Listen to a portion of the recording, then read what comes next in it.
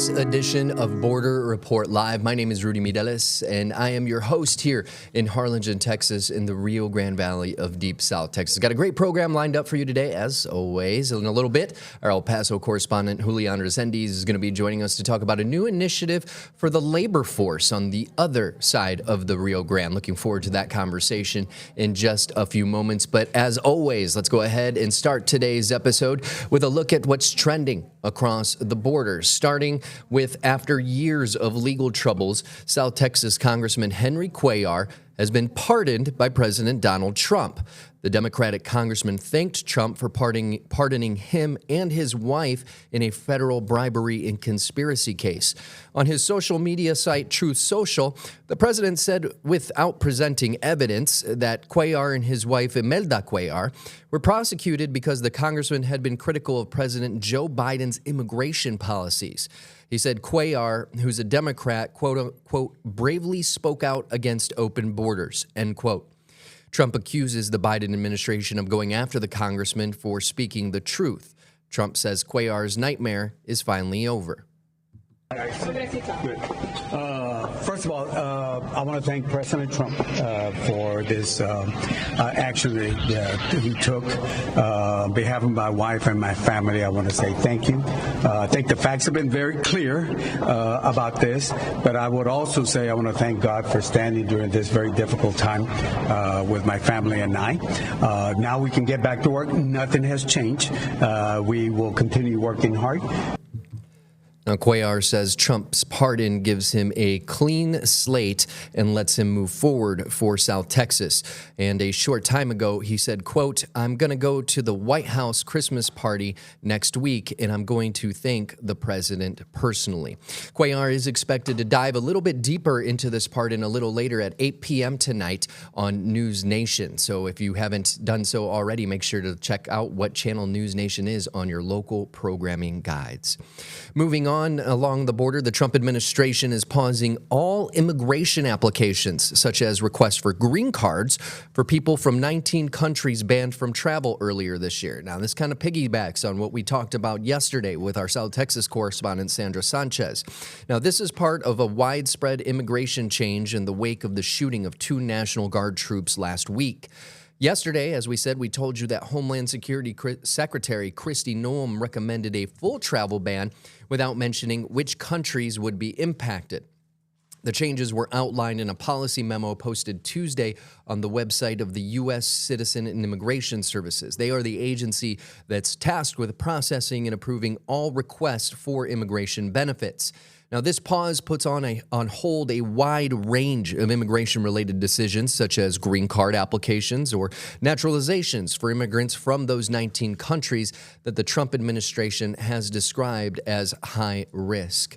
Moving along the border now, the Department of Homeland Security has launched an immigration crackdown in New Orleans, saying the operation is targeting violent criminals.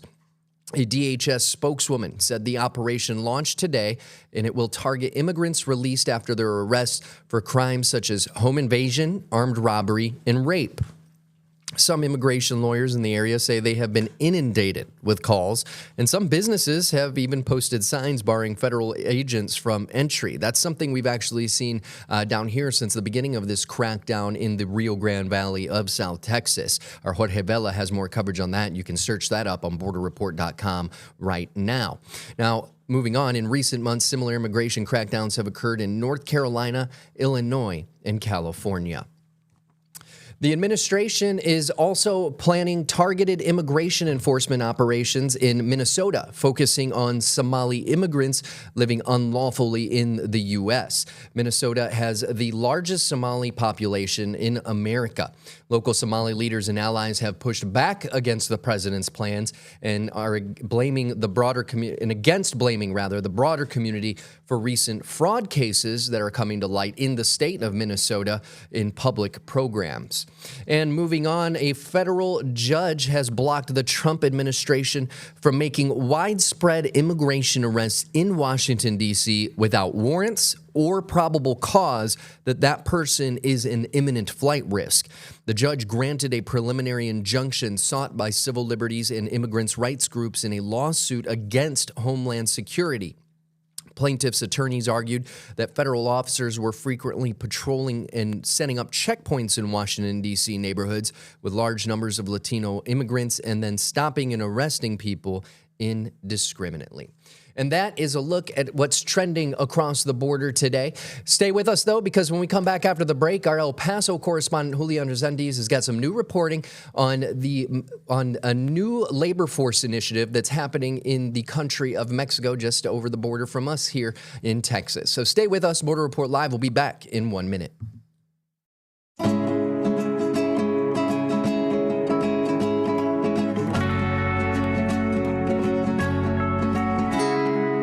Welcome back to this edition of Border Report Live. My name is Rudy Mideles, and I'm your host here in the Rio Grande Valley of deep South Texas. So you may have heard of the 4-day work week, right? There's a push across the country and in several countries across the globe to cut down the amount of hours that the average person is working every single week.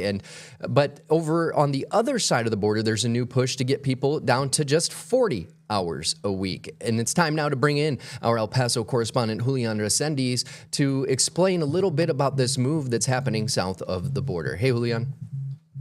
Hi, Rudy. Yeah, we have a monumental change in the works in Mexico.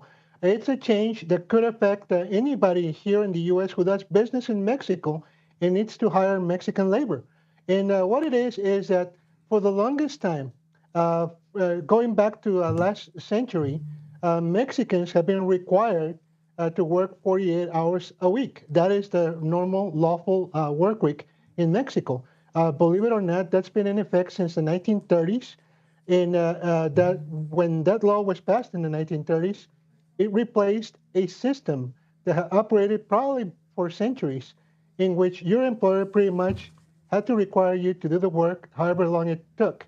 And the Constitution only guaranteed you to be off from work and in your home with your family or going to church or doing any sort of recreational activity on Sundays. So the law has been modified over time. And now what's in the books is you will work 48 hours a week, whether that means working 6 days a week or 5 days a week with 9.5-hour shifts. That's up to your employer and yourself. That has been negotiated through labor unions. Now that we have a different government, a populist government in Mexico since 2018, and now with President Sheinbaum since last year, what we have is a proposal that today she said she was already presenting to Congress to reduce the 48-hour work week to 40 hours without reducing the pay. Now, this has huge implications, not only for Mexican laborers, Mexican workers, who will be able to spend more time with their families and will have time to do personal errands, such as go and pay utility bills, but also for U.S. Plants, U.S. companies that have plants in Mexico, because now they will only have access to their employees for 40 hours a week. Now, to be fair to these employers, primarily the maquiladoras, for several years now, the maquiladoras have kind of adjusted to this Mexican schedule, and most of them give their employees a couple of days off, but making sure that they put in the required work hours. So this change, and we have an explanation by the Mexican labor minister who spoke today on how it would work. But the plan is for this change to take effect by 2030. If we can hear from him now. Esta reducción de 40 a 48 horas no podrá implicar reducción de sueldos. This reduction from 48 to 40 hours will not implement a reduction in salaries, contracts, or benefits. There will be a gradual, step-by-step implementation. This proposal will have to be analyzed and approved by the Congress, and if it involves constitutional changes, the state legislators will have to ratify. This reduction cannot be sudden and will follow International Labor Committee standards. We will reduce the work week by 2 hours starting in 2027, so that we are at 40 hours by 2030.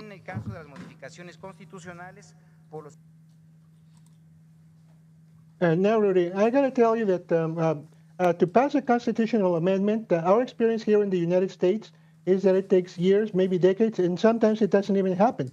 Now, in Mexico, obviously, things are quite different. An expert in the past has described to me the Mexican Constitution not as tablets written in stones. I'm sorry, as laws written in stone, but more like a blackboard where you're always updating and trying to improve things.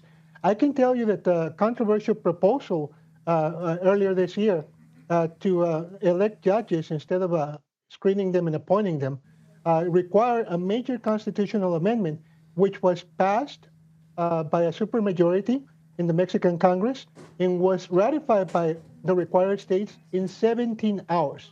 So this means that when the Mexican government wants to do something that involves the Constitution, they are quickly able to do it if there is the political will. And it seems to me that in this case, there definitely is the political will to make it happen. Now, I'll be happy to answer any question, and then I can tell you what the employer's perspective is, because I've been talking to several business leaders on this. Well, yeah, and I was going to ask, you said there is a little bit of will there to make this change in Mexico. What's the temperature there for these politicians? Is it something that is likely to get approved? Let's put it this way, Rudy. With the supermajority or the great majority that the ruling Morena party has in Mexico, if the president really wants something, they will do it. They can do it. And right now, it seems that everything is lining up. And like I was saying, I have been talking to business leaders on the Mexican side from several associations, and they all tell me that they see this kind of as inevitable. They see it coming. You ask about the political temperature, they see it as almost inevitable. Obviously, they have tremendous concerns. Their primary concern is that this change is coming at the same time as Mexico plans to substantially increase minimum wages. I can tell you that before the Morena party took over, the minimum wage in Mexico was the equivalent of $10 a day. Now, as of 2026, because of this progressive changes in the law, Mexican workers will have to make at least $24 a day. That's more than a 100% increase. So going back to how the employers and the business people, the associations are looking at this, is they're very concerned because they're saying, well, great for the workers, but does that mean more productivity? The government says, yes, happy workers work harder. The employers say, no. Regardless of how happy or unhappy the worker is, he works to his or her abilities. And what we have is they work for us this many hours. Now they're going to work for us less hours.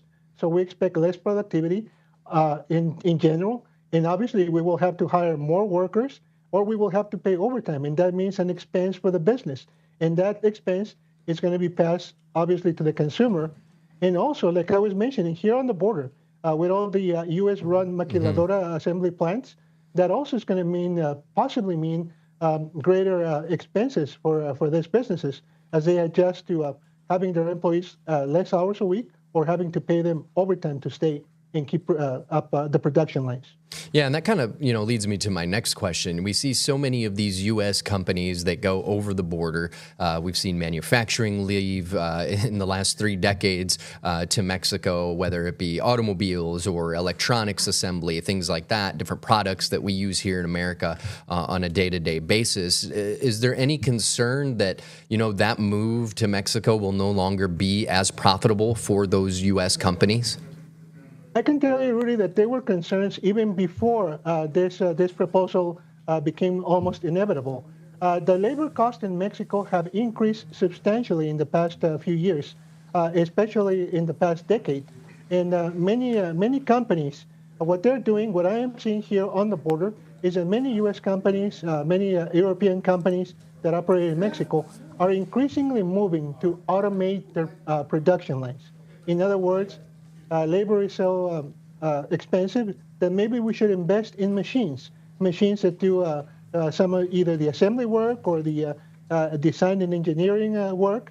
And that way we don't have to rely on having the same number of employees as before. We can cut our costs by doing these capital investments and having not so many employees here in our plants.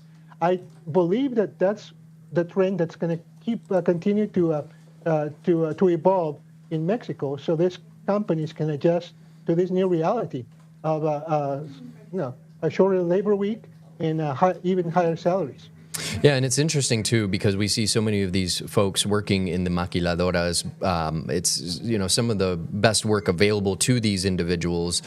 Sometimes the pay is not great, but it does beg the question: could this be leading to perhaps even larger immigration numbers? Coming into the U.S. looking for work when we see these the automated, the robots and the artificial intelligence start to kind of take over in these maquiladoras.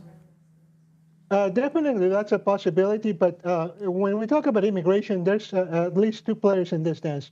And I've often said that it's three because of the criminals who control the Mexican side of the border. That depends on the willingness of the U.S. and on the will of the U.S. long term to continue to keep illegal immigration in check. Obviously, now there's also problems with legal immigration as there's more requirements. As the Trump administration seems to be favoring professionals and more well-to-do immigrants as opposed to the traditional manual labor that the U.S. for more than a century has been relying on from other countries. Yeah, and it also, how I know there's been talks when it comes to the renegotiation of the USMCA. Is there any impact that this change could have when it comes to renegotiating that with Mexico as well as Canada? I think in a way the Mexican government is preempting any such manipulation of labor conditions. What they're doing is they're making this shorter work weeks and higher salary jobs before the negotiations begin next year. That is why when they sit on the table, it's going to be very difficult for the U.S. to say, well, you will increase your work week, you will lower your salaries, because it's already in Mexican law, and they have to work with that. That's part of the treaty. Each country in the treaty, Canada, U.S., and Mexico, will respect each other's laws. But definitely, we expect some fireworks next year when it comes to reviewing, although it's going to be more like a renegotiation from what I hear on both sides of the border of the U.S.-Mexico-Canada agreement. We can expect some fireworks. And, have you heard from anybody on, we were talking about those businesses on the other side of the border and how they're reacting to this. Have you heard anything from anyone on this side of the border when it comes to this change? Not yet. I think they've all been very vigilant. And like I said, this is only the latest impact to something that was already happening, and that is the higher labor cost. I know from speaking to business associations on this side of the border that companies have been pausing some of the expansions, some of the new investments for various factors, the high labor cost being one of them. Also, now we're dealing with tariffs. That's another another factor to answer your question. So it all has to do with costs. Costs have been going up. So yeah, they're looking at it. And also I can tell you, Rudy, that aside from the businesses in the U.S., the U.S. consumer also will be impacted by this changes in Mexico. Whenever you or I book a vacation in Mexico next year or in the next few years, we inevitably are likely going to see a higher labor cost as the hotels, as the restaurants have to shell out more money for labor. Like I said, the consumer, you and I, are going to have to pay for that. Now, do you foresee any companies just saying, you know what, we just can't afford to do this? Do you see any companies saying, we're just going to have to cease operations because of this change? That's a complex question. Like I said, some are already thinking that the costs are so high, maybe we should go to the interior of Mexico, where costs are a little bit lower, or maybe to Central America. However, I say it's a complex question because salaries, labor costs are only one part of the equation of having a maquiladora in Juarez or in Matamoros or Reynosa. The other element is the proximity. If you go to somewhere where labor might be cheaper, your delivery costs, your transportation costs are going to increase. So you have to factor that in. And that's why I foresee most maquiladoras here staying put where they are, reducing their labor force, increasing their automation, and continuing in some way or another to take advantage of the proximity. to the U.S. border. All right. Well, thank you so much for your reporting on this, Julian. It's interesting that you brought up the travel aspect of that. You know, in our minds, we typically think of the goods, you know, the things that we buy that are assembled just on the other side of the Rio Grande. But the travel aspect, that is, it's something that really I don't think many people think of when they book vacations. I mean, so many people from here in the Rio Grande Valley, for example, they say, why would I go to Hawaii when I can go to Cancun for half the price? So it should be interesting to see how this affects not just that, but the overall travel market as well. So we're looking forward to seeing what happens next if this move goes through. And before I let you go, I did want to ask, I know the labor minister had kind of mentioned, you know, they're going to look into how long this would take, but is there any estimate as to when we could see this move actually happen? Really, it's going to happen very quickly. The congressional initiative is going to be sent this month. The Congress will probably vote on it next month. And the plan, right now, what the plan calls for is for a gradual reduction of work hours. That is, starting in 2027, you'll work 46 hours. And in 2028, you might work either 45 or 44, and so on until 2030. By 2030, the Mexican government plans to have this 48-hour week in place. All right. Well, thank you so much for your reporting today, Julian. We appreciate you being here. El Paso correspondent Julian Resendiz joining us today. Stay with us. We got a little bit more to talk about when we come back. Border Report Live is back in 1 minute.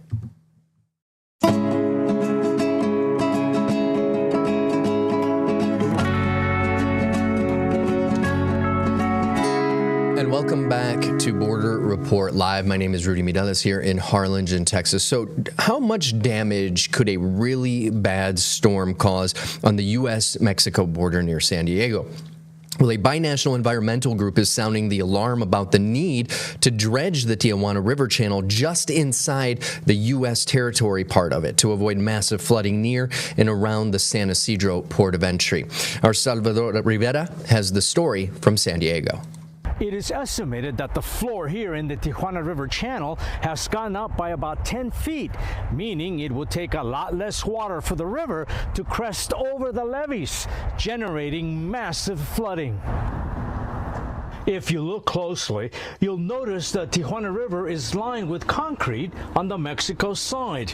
But as the water flows into the U.S., it turns into a dirt floor lined with levees made of rocks. That's the way it was built 50 years ago. Over time, more and more settlement has settled north of the border. As the river turns, it deposits a lot of sediment on this side. Oscar Romo is with a binational environmental group called Alter Terra. For many years, he worked with the United Nations and is considered an expert on water and its impacts on communities. He is concerned with how high the floor in the channel has become.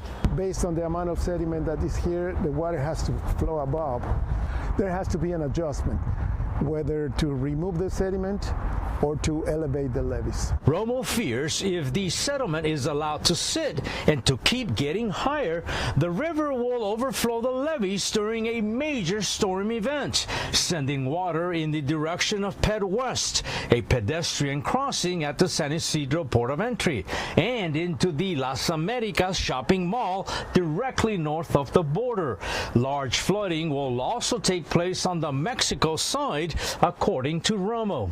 We see more water coming every single year. All that water flows through here, which is an indication that we are at the risk of having a flood. Romo believes the Army Corps of Engineers, the agency in charge of maintaining the channel, can easily dredge the river floor, removing layers and layers of sediment, which is made up of sludge from raw sewage, dirt from construction sites, and soil from Tijuana hillsides. Raising the height of the levees requires congressional approval and major funding. Expensive to do. Romo says he and others have data showing the settlement has become a big concern. We have enough evidence to know that the sediment accumulation could be at risk. Salvador Rivera, Border Report. And before we go, we wanted to remind you to check out our friends at Political Power Ranker. It is a weekly show tracking the movers, shakers, and rulemakers in American politics. Nextstar's Director of Political Content, Chris Berg, and Director of Emerson College Polling, Spencer Kimball, break down who's up and who's down in the world of politics based on data. This week's episode of Political Power Ranker will recap the Tennessee special election, and it'll take a look at some new polling in the California governor's race. So you're going to not want to miss it. Make sure to check it out. You can find more on Political Power Ranker at abc27.com or your local Nextstar station website. For Julian in El Paso, my name's Rudy Mireles. We'll see you next time.